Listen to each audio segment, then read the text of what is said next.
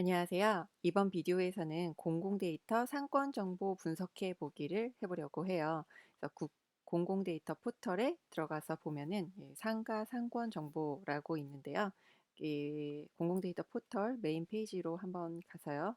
여기서 상권 정보라는 거를 보면은 여기에 소상공인 진흥공단에서 제공하고 있는 공공데이터가 있어요.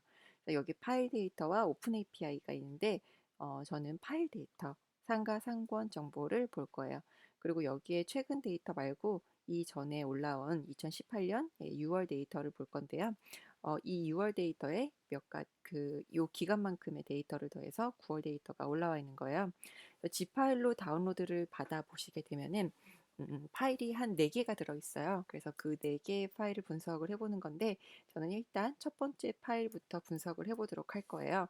근데 이 상가 상권 정보를 분석해 보기에 앞서서 2016년 상권별 업종 밀집 통계라는 데이터도 있어서 그 데이터에는 어떤 게 들어있나 볼 텐데요. 일단 노트북에서 워닝 메시지가 뜨면은 이 비디오는 이제 데이터 분석 초심자들을 위해서 만든 영상이기 때문에 어, 어, 워닝이 뜨는 거를 일단 안 뜨도록 처리를 했어요. 그리고 저희는 판다스와 플랫9이라는 시각화 도구를 쓸 거예요. 판다스는 파이썬에서 쓸 수 있는 엑셀이고요. 플랫9은 시각화 도구예요. ggplot, 그래머 오브 그래픽스 문법을 쓸 수 있는 시각화 도구이고요. 이 두 가지 툴을 주로 사용을 해서 일단 CSV 파일을 불러와서 시각화 해보고요. 그리고 그 폴리움이라는 도구를 통해서 지도상에 표현을 해볼 거예요. 그래서 저는 커머셜 스토어라고 여기 그 파일을 다운로드 받아서 넣어놨는데요.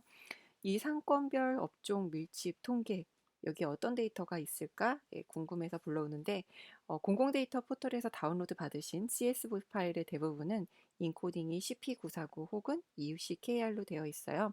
그래서 인코딩을 지정하지 않고 파일을 불러오시게 되면은 이렇게 unencoded 유니코드, 디코드 에러가 나요. 그래서 반드시 인코딩을 CP949 혹은 EUCKR로 지정을 해주셔야 돼요. 그래서 샵이라는 데이터 프레임을 만들어서 이런 변수에다가 담아 주었고요. 보니까 데이터 건수가 생각보다 상당히 많아요. 80만 건 정도가 되는데 위에 어떤 정보가 있고 아래 어떤 정보가 있는지 대략 보도록 할게요. 보면은 이건 상권별 업종 밀집 통계인데요.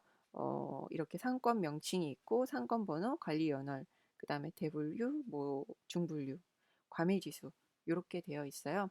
이거는 약간 미리 그 분석을 해놓은 자료라서 이 자료를 쓰기는 좀 적합하지 않겠다. 그 대분류가 소매, 업종 분류, 불능 뭐 이런 식으로 되어 있고 중분류로 봤을 때도 건강미용식품, 유아용품, 뭐 의약의료품 그래서 전체 산업을 표현하고 있지는 않구나라는 생각이 들었어요.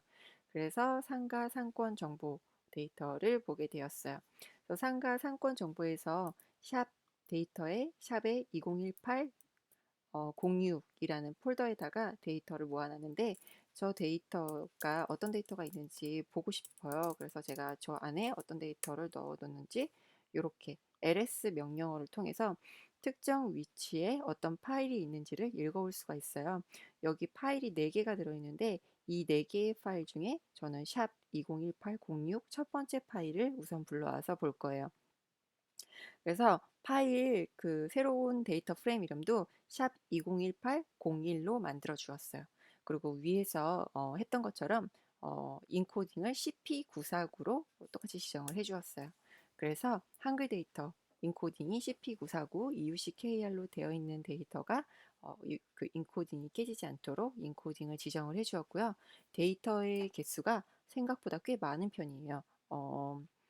47만 6천 건, 47만 6천 183건이 있고 컬럼 수도 상당히 많은 편이에요.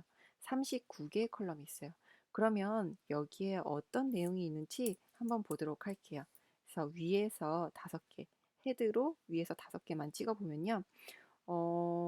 여기 건물 관리 번호 이런 것도 있고 표준 산업 코드 이런 것도 있어요. 데이터가 좀 많으니까 3개만 골라서 보면은 위에서 3개만 보면은 부산 아시아드점이라는 L가 커피, 부산 아시아드점 이런 커피점 정보가 있고요. 그 다음에 상가, 업종 대분류, 그 다음에 업종 코드 이런 것들이 있어요.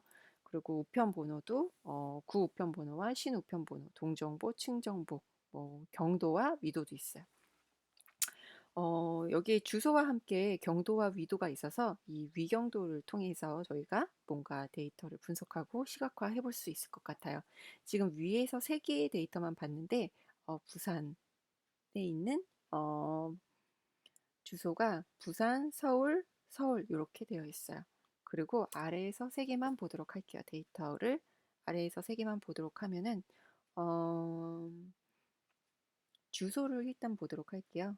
보면은 부산, 부산, 서울 이런 식으로 되어 있는데 여기에서 모든 데이터 여기 보면은 건물 관리 번호는 사실 지금 바로 쓸모는 없을 것 같아요. 그래서 일단 어떤 데이터가 있는지 요 샵 201801의 컬럼을 그냥 찍어 보도록 할게요.